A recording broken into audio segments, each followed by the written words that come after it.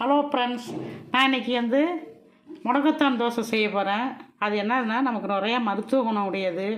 இப்போலாம் 20 வயசு 25 வயசு ஆனாவே பேக் பெயின் வருது, காலை வலிக்குது, கை வலிக்குது, கேஸ் ட்ரபுள் வருது. அந்த காலத்தில் நம்ம பாட்டி தாத்தா காலத்தில் இதெல்லாம் செஞ்சு கொடுத்தாங்க. இப்போ நம்ம சாப்பிட்றதில்ல. இதை துவையலாகவும் சட்னியாகவும் சாப்பிட்லாம். அதுக்கு ஃபஸ்ட்டு என்ன செய்கிறேன்னா, ஒரு அரை கிலோ அரிசி ஊற வச்சு ஒரு 4 மணி நேரம் ஊற வச்சுட்டு நல்லா தண்ணி வெள்ளை கலரில் வர்ற அளவுக்கு கழுவிட்டு ஃபில்ட்ரு பண்ணி வச்சுக்கணும். அப்புறம் தான் முடக்கத்தான் இலை. நிறையா பேர் பார்த்துருப்பீங்க, தெரிஞ்சிருக்கும். சில பேருக்கு தெரியாமல் இருந்திருக்கும். இதான் முடக்கத்தான் இலை, பார்த்துங்க.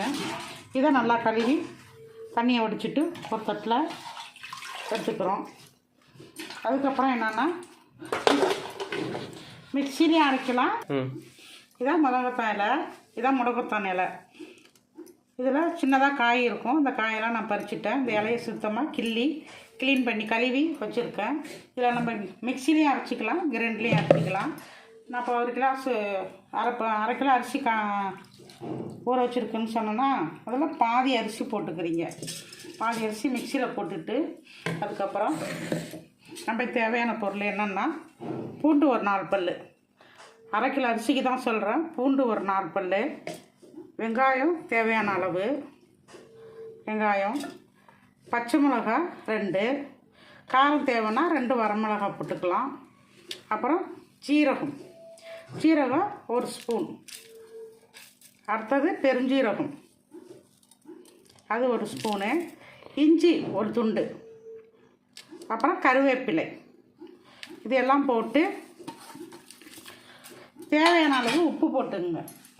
உப்பு போட்டு இந்த முடக்கத்தான் இலை ஒரு கைப்பிடி அளவு கொஞ்சமாக போட்டு கொஞ்சம் தண்ணி ஊற்றிக்கிறோம். தண்ணி ஊற்றி மிக்ஸி ஜாரில் போட்டு அரைக்கிறோம்.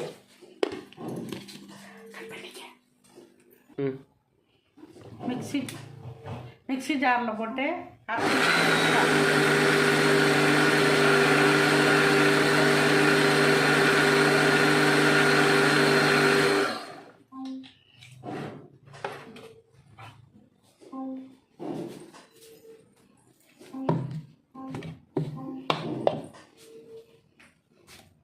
நல்லா பச்சை கலரில் வந்துருச்சா, நல்லா பச்சையாக இருக்குது.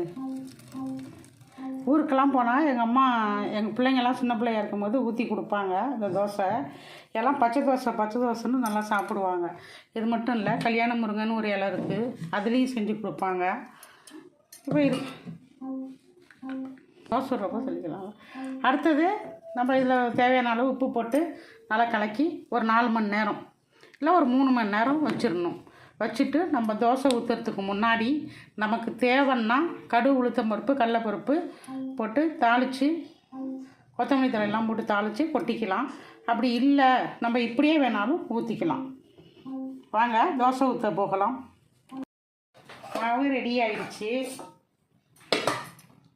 இல்லை தண்ணியாகவும் வச்சுக்கலாம், நம்ம கொஞ்சம் கெட்டியாக வச்சுட்டா அடை மாரி தட்டிக்கலாம். இது தோசை மாதிரி ஊற்றிக்கலாம்.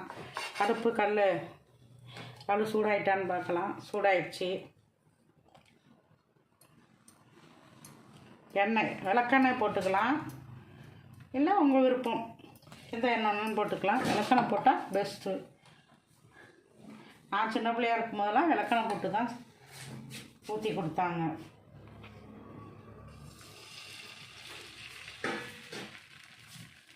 ஃபஸ்ட்டு தோசைங்கிறதுனால சின்னதாக லேசாக ஊற்றிக்கலாம்.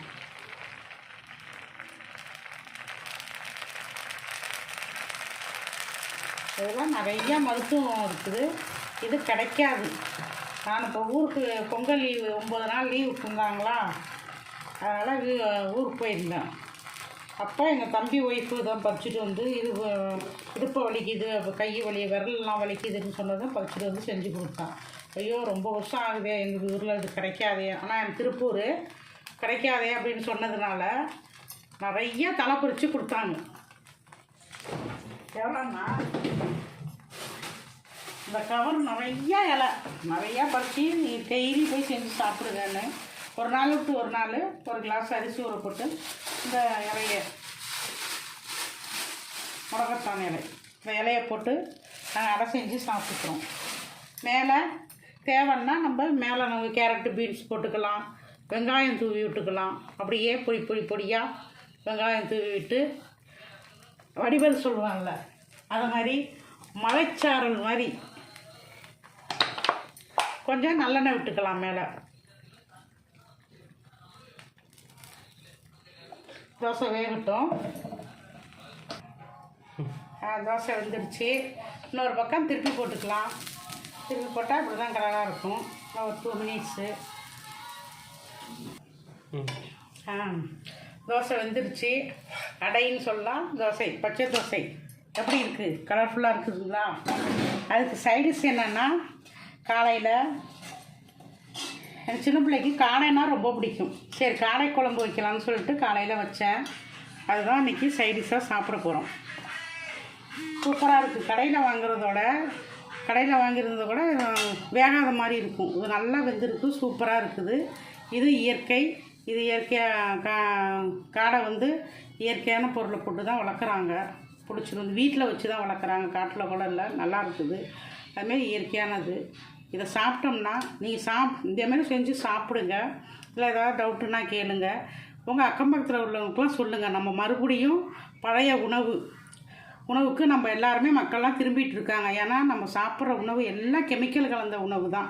இது கெமிக்கல் இல்லாத தானாக வளர்கிறது. இந்த முருங்கைக்காய் இலங்குது தானாக தண்ணி எங்கெல்லாம் இருக்கோ அங்கெல்லாம் தானாக வளர்கிறது தான். இதுக்கு யாருமே உரம்லாம் போடுறதில்ல. அதிலேருந்து எடுத்து செஞ்சது தான். ஆரோக்கியமானது. இந்த உணவை நம்ம மறுபடியும் நம்ம முன்னோர்கள்லாம் சாப்பிட்டதை எல்லோரும் நம்ம தலைமுறைகள் நம்ம குழந்தைகள்லாம் மறந்ததை நம்மளும் மறந்துட்டோம். அதை மறுபடியும் இந்த உணவை நம்ம எடுத்துக்கிறோம். Hi bye.